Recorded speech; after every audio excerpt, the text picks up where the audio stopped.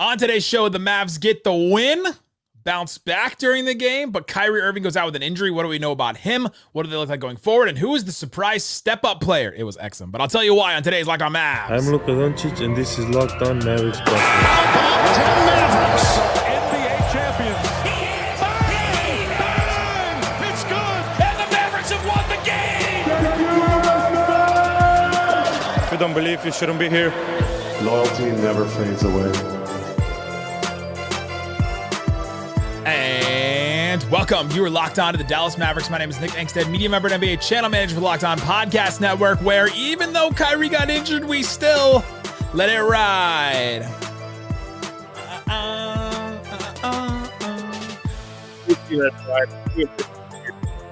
Thanks for being part of the show and making Locked On Mavs your first listen today, where the best way you can help us grow the show is to listen every day, leave a 5-star review, like the video, and comment anything below. Let us know in the comment section what's one thing that stood out to you in this game. Today's episode is brought to you by Prize Picks, the easiest and most exciting way to play daily fantasy sports. Go to prizepicks.com/LockedOnNBA. Use the code all lowercase LockedOnNBA for a first deposit match up to $100. And joining me, as always, on the post game, what you got for me? The post game prodigy, Slightly Biased.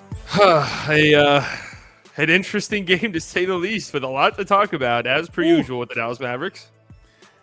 They keep me in business. That's for sure. Like, they can't just have a normal, regular. I guess the Jazz game was a normal, regular blowout game. That was as normal as they get, and yet we still got headband Luka and an NBA record, 50-point game. Yeah, still got all that. Yeah. Could be Mavs win this game, 125-112. Very take care of business game for the Mavericks, but they did take care of business. Kyrie Irving goes out with an injury towards the end of the second quarter. We'll touch on that. And then we got Dante Exum stepping up in a huge way. Luka Doncic leads a fourth quarter run.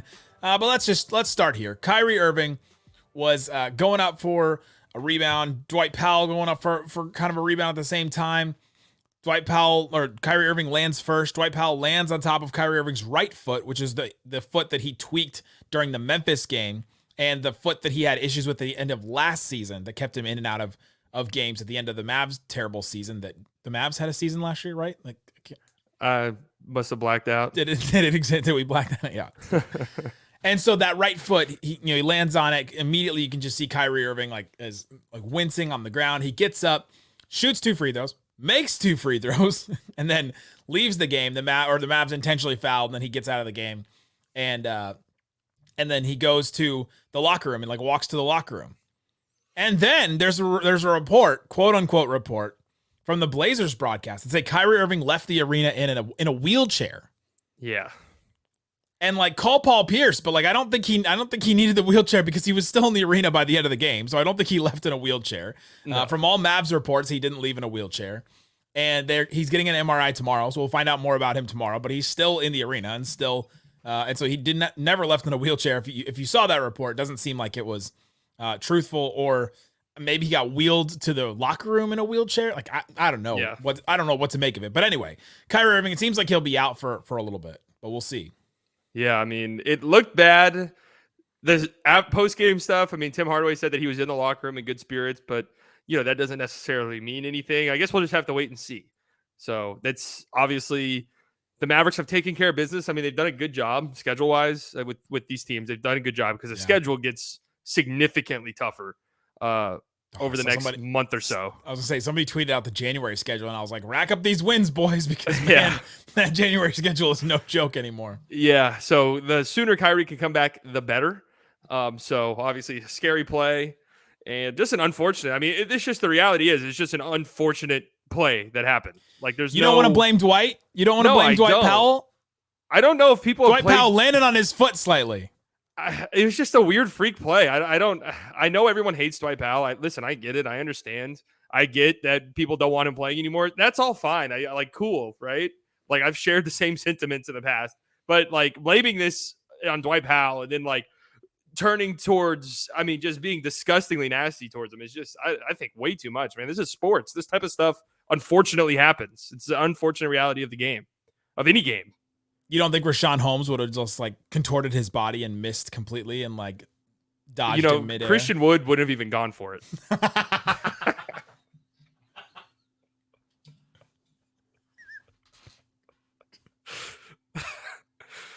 No, I'm just kidding. Maybe they were better off.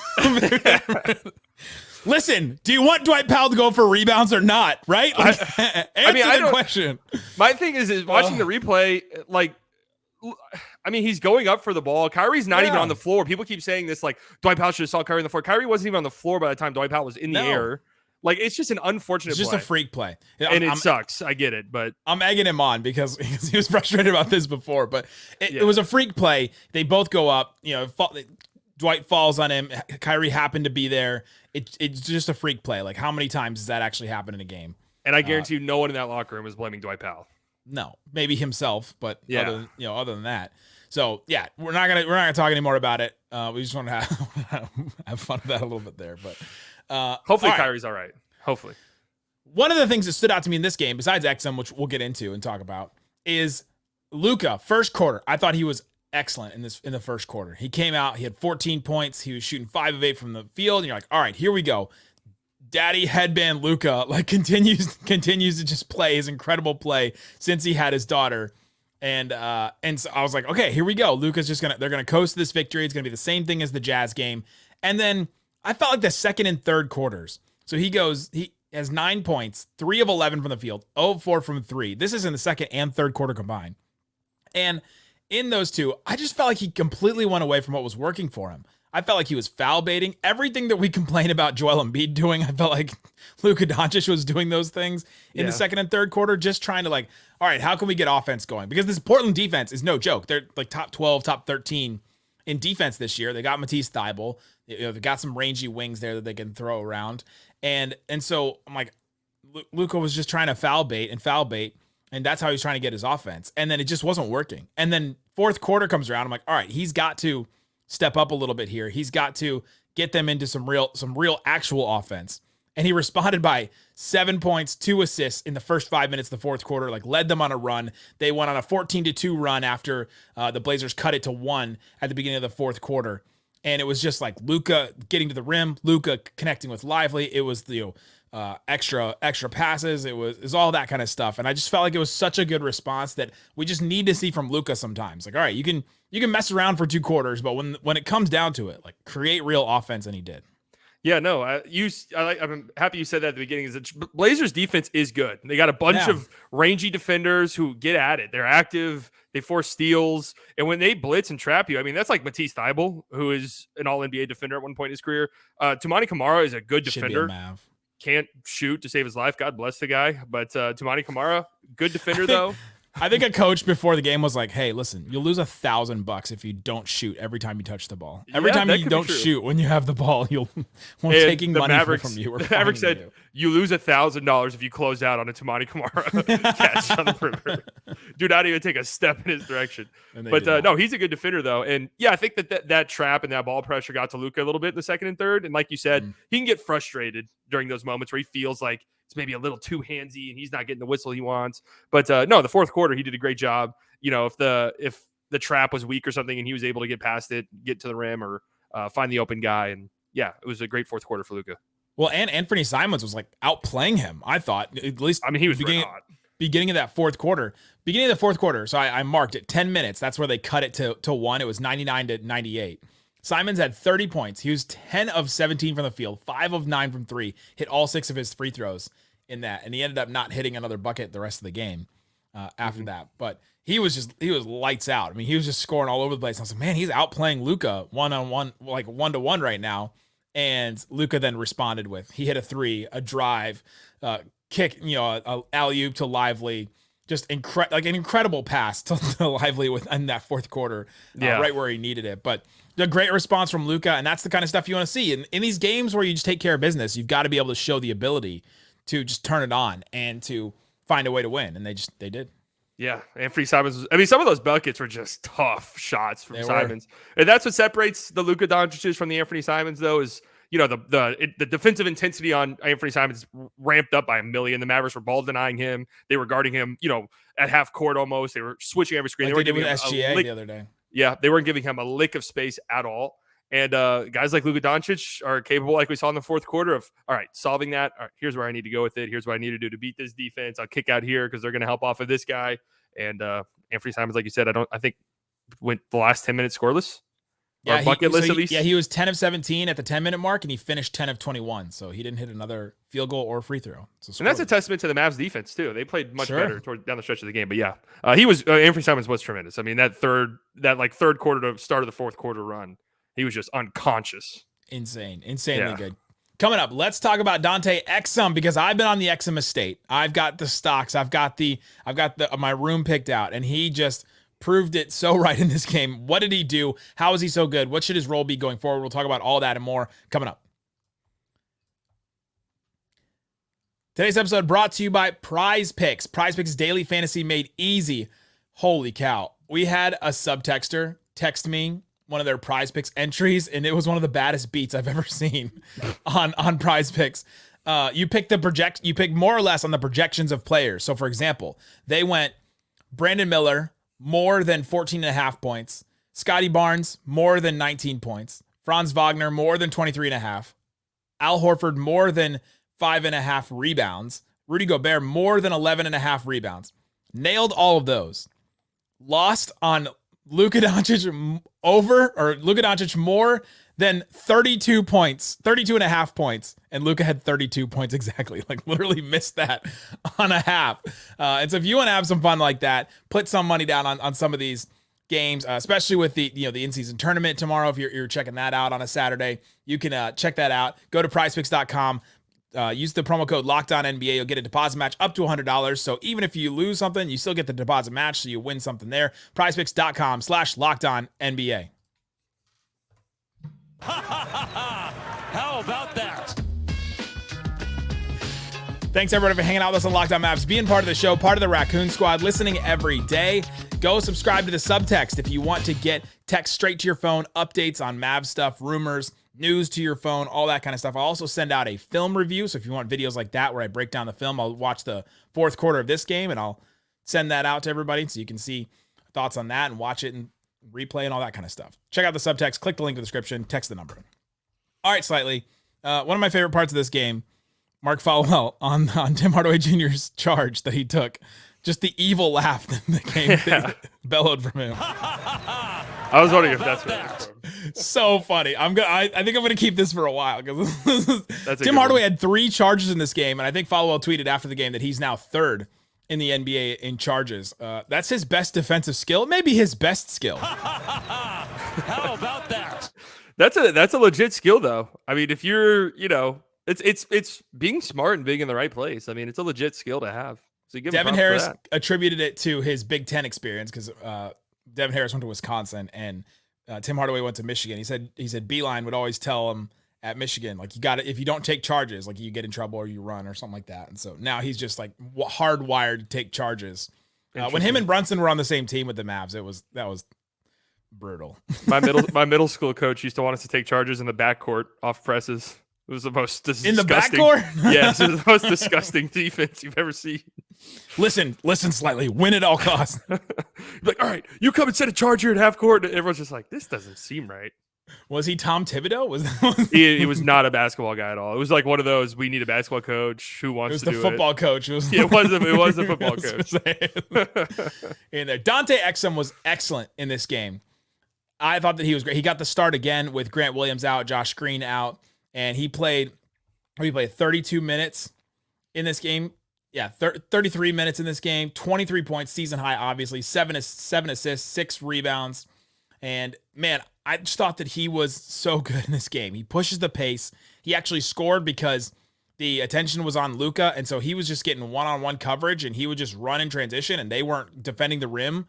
And so he could just, if he could get past your man, you can get right to the rim. And he took advantage of that every single time, it felt like. No, Exum won this game for the Mavericks. Like, no two ways around it. Luka, played well, especially in the fourth quarter. But during that stretch where Luka was struggling and the Blazers were just trapping him every single time he touched the ball, Exum was just the exit valve. It was really good and did good in the limited non-Luka minutes that we saw in this game. But yeah, his ability to get to the rim, it's like a paint touch almost every single time he has the ball. And then that just leads to so many things. And he's a smart passer, a weird finisher too, because his layups are so strange looking. So unorthodox. They're like I don't even know how to describe it. It looks like he's throwing them up there with both hands. He had the one where he drives from the left side and there was like a defender at the rim coming at him, and then there was a defender like flying by the baseline, and he like hit the layup at like a 33-degree angle. Like it was just like leaning over to the side almost. Like his whole body in midair was just like leaning to one side, and he hit it with two hands, and you're like, how do you think to do that? Yeah. It's very weird, very unorthodox. It's like how he'll contort his body in a way that like he doesn't have like the unbelievable touch that Kyrie has, but he just maneuvers his body in such a way that it works somehow. Obviously, holy cow, Kyrie had one of the best layups I've seen from him in this game. Between two defenders, up and under, and with the end. Oh my gosh. He needs to come back ASAP. He's such an incredible joy to watch play. Exum also, his passing. He had 7 assists in this game, and he just gets assists every time. He's just such a good passer. In the third quarter, about the 4-minute mark, he posted up, and I love Exum post-ups. I've been saying that since the preseason. Like, just give me like 1 or 2 Exum post-ups every game. Good things always happen. And Markieff Morris just like snuck around the defense and was behind him, and then Exum behind his back, like over his head kind of deal, hit him with a pass, and it was great. Just like wide open layup. That was an excellent pass. Kicking in transition, he was great on that. And man, he hit 2 threes, and one of them was at the 1 minute 23 second mark at the end of the game, basically to like it was kind of done by then, but just to like seal it. And 2 threes, that's what we've been watching with Exum. If he can hit his threes, man, this is a really, really good role player. But even if he doesn't, I think he's a good role player. Yeah, this is a 25-minute-a-game guy if he's hitting threes consistently. Yeah. So we'll see. I mean, he said after the game that he's just had a rough shooting stretch, but he's still super confident in his threes. So we'll see. I mean, I'm interested to see if that keeps up, because like we said in the who did they play last? Oh yeah, the Jazz. That's right. Luka had that moment. What was it, like the first quarter or whatever, where he kicked out to Exum and Exum drove, and Luka was like, just shoot. That's a good Luka. No, I have a pretty good Luka impersonation. It's pretty good. Yeah. So Exum was excellent in this game. He needs to keep getting minutes. He needs to have a spot in the rotation. And one of the things for this season was the Mavs needed to find who can be a playoff player on this team and who should they keep going forward, because they took a chance on a bunch of these guys, Curry, Derrick Jones Jr., Exum. Like, they took a chance on a bunch of these guys, and now you have to figure out which ones will work. And Exum's looking like a guy that could definitely play a role like that, because his defense has been pretty good too. Yeah, Exum is for sure a playoff guy, especially as a bench ball handler who can come in and sort of steady right the ship. Because there was like when the game was almost slipping a little bit, Exum did a great job of just steadying things, and I mean, really was great playmaking, just finding guys, easy looks, controlling the offense, even in transition, bringing it up quickly but slowing it down when you needed to. Like, and then you mentioned Derrick Jones Jr. He had a great game too, and I think he's certainly a playoff player if he's knocking down his threes. He's definitely shown that. Exum also doesn't turn the ball over. Yeah, he doesn't really at all. He had 2 against Houston, and he's had 5 turnovers all season. Oh, six now after tonight, but still, and he played a bunch. He doesn't, but that's the thing though. That's what makes him good, is he doesn't, he's not like Luka where he's going to make these crazy, like insane passes where the angle is unreal and it's like live dribble skip passes where those will get picked off every now and then or thrown into the stands. They're all like right to wide open guys, because he just reads the defense perfectly and knows where the guys are. So yeah, he's been excellent. He was great in this game. Derrick Jones Jr. you mentioned too, went 1 of 7. Talk about being confident in your shot. It's like that's a good sign to me. If he's taking 7 threes, it didn't feel like it, if that makes sense. Yeah, because all of his threes were like, okay, he took them within the offense. It wasn't like he was forcing any of these shots. You go, oh man, this guy is, like sometimes when Tim forces a bunch of shots, you go, can we not do this right now and just. But also, okay, now that I'm remembering it, 2 of Derrick Jones Jr.'s missed threes. One of them was an air ball. Then he got it right back in a shot clock and got some insane and one baseline pull-up jumper that doesn't make any sense. Then oh, yeah, that's right. Then he bricked one off the side of the backboard, got his own rebound, and threw it down. So that's why I didn't feel like he shot so badly. That's true. 4 offensive rebounds for him in this one. So he had 8 rebounds overall. He had 2 blocks, 2 steals, and he was a plus 21. He's the highest plus minus of anybody in this game. He played 38 minutes to the second. Did you think at any point that Derrick Jones Jr. be playing 38 minutes on the Mavs? No. It's wild. I mean, if I thought it'd be like this season is a sinking ship. He's been awesome. Him and Exum have really emerged in ways that we had hoped, like Josh Green and Grant Williams would. These 2 guys have stepped up instead. And there's still opportunity for Grant Williams to get back to where he was at the beginning of the season and Josh Green to step up, but it's these two guys have been the Mavs' key role players besides Lively. Yeah. And that's smart team building. I mean, they see the direction the league's going. Let's get smart players in here who, I mean, Derrick Jones Jr. has definitely been way better than I think any of us ever anticipated. But the vision was there with Exum the whole time where it's like, oh, well, if he hits threes, like you can kind of see it. He plays defense, is a little bit bigger, can, pass. I saw in Eurobasket or the World Cup where it was like, Exum's like running the Australian offense even when like Giddey and Josh Green and Patty Mills are on the floor. It's like running through Exum. I was like, that's intriguing. And then turns out that's right. And if you listen to Locked On Mavs all through the FIBA, where I watched all those games and all the Australia games and did post games after every one of those dang Australia games, you know that because I was saying that the whole time too. You just saw it from there. Like, is Exum's really like their backup point guard and like their third ball handler, and sometimes he was their secondary guy. Yeah, because Giddey was kind of just like he was like thrust as their main scorer guy, which just didn't work for him. No, not working for a lot of reasons. Several things aren't working for him right now. Dereck Lively, I thought was really good in this game too. 9 boards. He had 10 points in this one. Just some really great lobs from Luka. And then he had one where he caught the ball right under the rim and he had a smaller defender on him. I don't know if it was Scoot or somebody. And he just like kept the ball high and then little touch off the rim. And he's just like adding something every game. He also, did he hit that layup right at the beginning of the game where first play they double Luka and then they kick it to Lively. He's right at the free throw line, the one dribble, and then gets a layup. And you're like, yes, let's go. And then they could never do that again. Like they could never let Lively without help. Yeah. And that tells me that I'm always interested when teams run play number one because it's something you could tell they're either working on or are thinking about. So it's like, all right, Lively, we need you in these short rolls to go one dribble, get to the rim and finish. So we're going to do it play one. Open, like right off the tip. If they trap Luka, which they will, you're going to have that opportunity in first play. And he did it. And then he did it again, like you said, later in the game. And if he's doing that, then that's a nightmare. Absolutely. It makes the Mavs offense more versatile, which we've been looking for the Mavericks. How can they make their offense more versatile? All right, well, you bring in Exum. So you have this guy to push the pace a little bit more and handle the ball and finish a little more when Luka and Kyrie are getting attention. And Lively now doing these things. They also ran this horns play at like the 11-minute mark of the second quarter, and Lively got the ball at the elbow, and then Kyrie was right behind him, and Kyrie's defender like walked up to try and guard Lively. Kyrie realized it and kicked back to the rim, and Lively had a really nice assist right to Kyrie, wide open layup. His passing and he just makes the right play. You just love to see it. Yeah, he reads the defense very well for a 19-year-old center, like incredibly well. And fast too, just to make some of those decisions where it's like you have to take one dribble. Like you imagine Moses Brown, like he was out in this game, but I was just remembering like the Moses Brown experience. Like imagine Moses Brown in that situation, like deciding, or okay, I've got to take a dribble here, or I've got to pass, or I've got to kick back. It's like just the difference between the two. Just thinking about the two makes me really appreciate what Lively has done so far. Again, going after just smart players and just letting everything else fall into place. IQ, putting money down on IQ.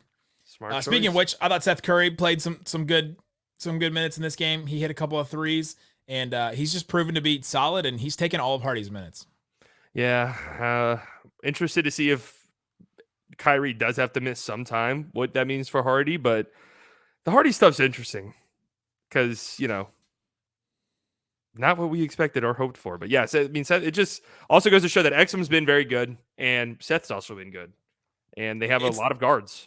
Yeah, it's not what we hoped, but it's what I expected. I expected Hardy to be out, and there's a lot of people telling me, like, Hardy's definitely going to play. I'm like, there's just no way with Tim and Seth Curry, and if they ever, like, get right and figure out Exum needs to play. That was one of my caveats, too. I was like, if they decide he gets to, then there's just no shot, because Luka and Kyrie are going to play so many minutes, and you just need other stuff on the floor more often than you need what Hardy can bring. And so... yeah, I don't know. If Kyrie does miss time though, his number's going to be called, and so we'll see. We'll see how they can integrate him more. And he just doesn't seem ready for this kind of a team yet, right? Like, yeah, I mean, last year he was ready for last year. Right, last year was more of a sinking ship.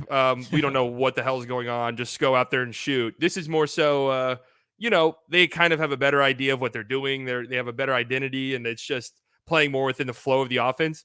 And even like Tim, because that's something that Tim's been yelled at. But this is a good offense for Tim because it's just, hey, Tim, if you catch the ball. Tim had a hilarious 3 where Scoot closes out. It is literally closes out directly in front of him, but never puts his hand up, and Tim just shoots it directly over him. It was just hilarious. But that's where Hardy needs to get out, where he's just firing threes.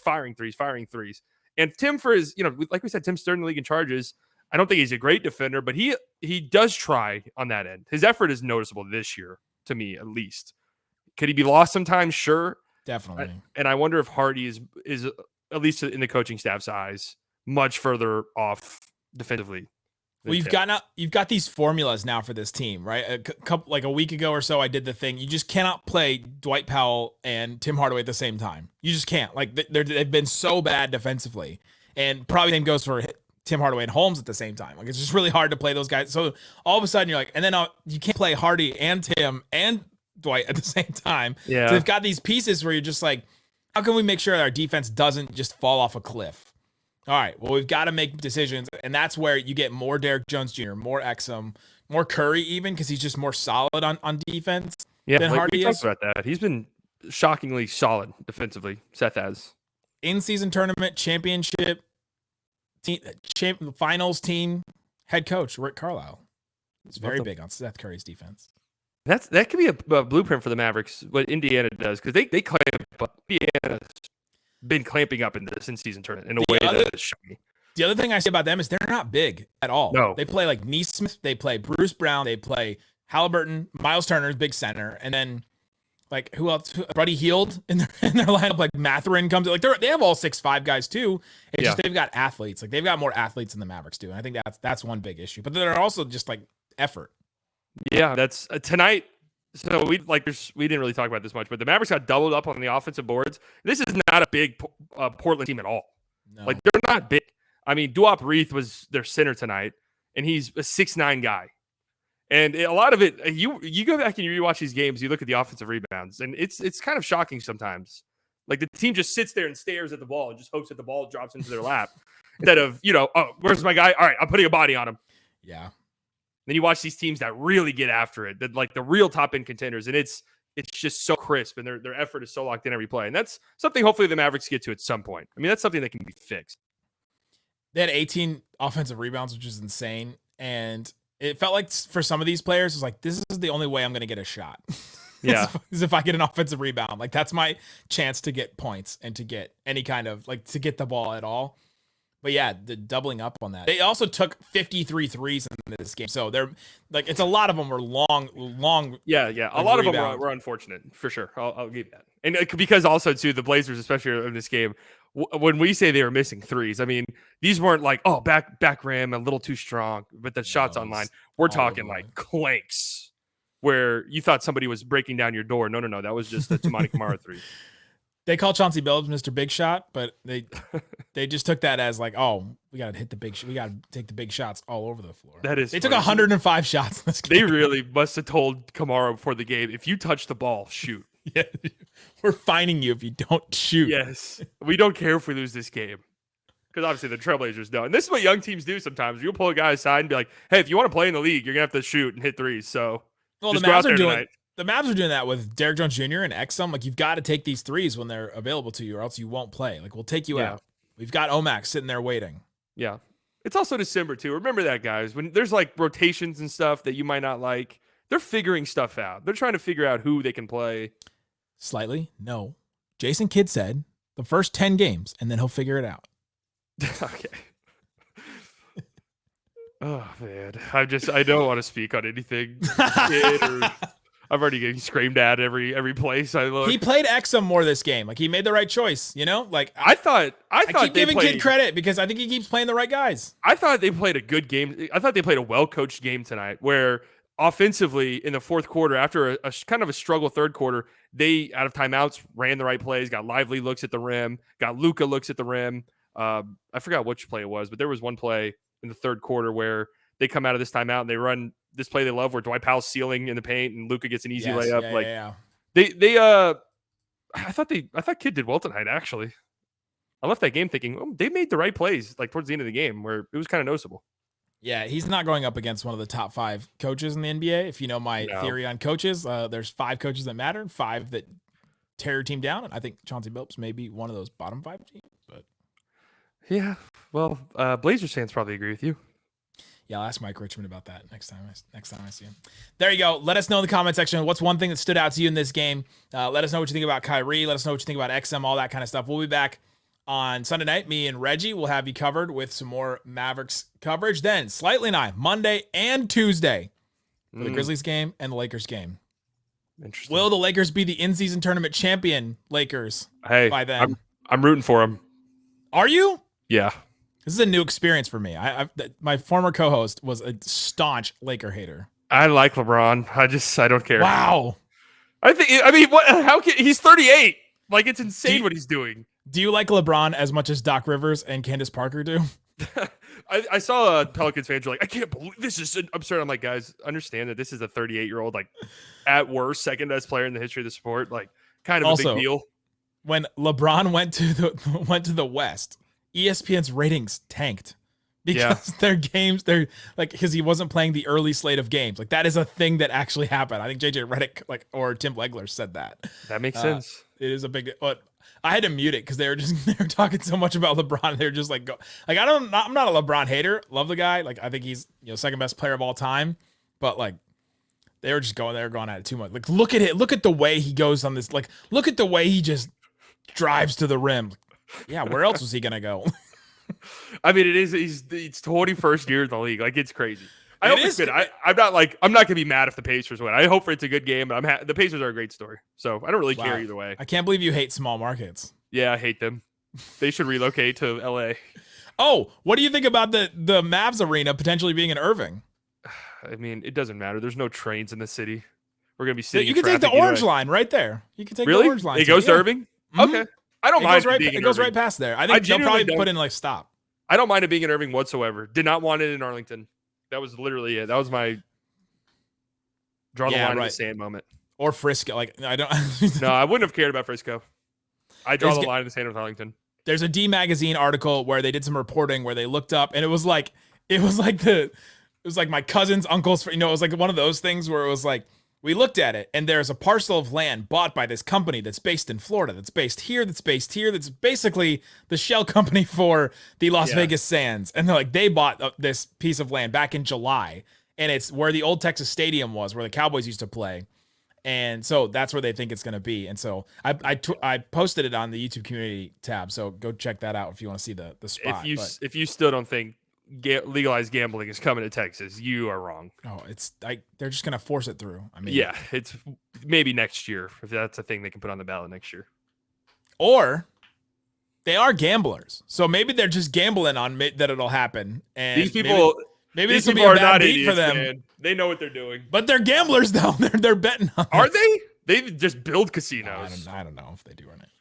I know nothing about them. There's no way gamblers are billionaires. Have you ever talked to like a real legitimate degenerate gambler? I know they've tripled down on Trump. That's the only thing. Hey, look at my 18-leg parlay. There you go, guys. Let us know in the comment section what you think about all that stuff. Guys, thanks for listening to Locked On Mavs. Peace out. Boom.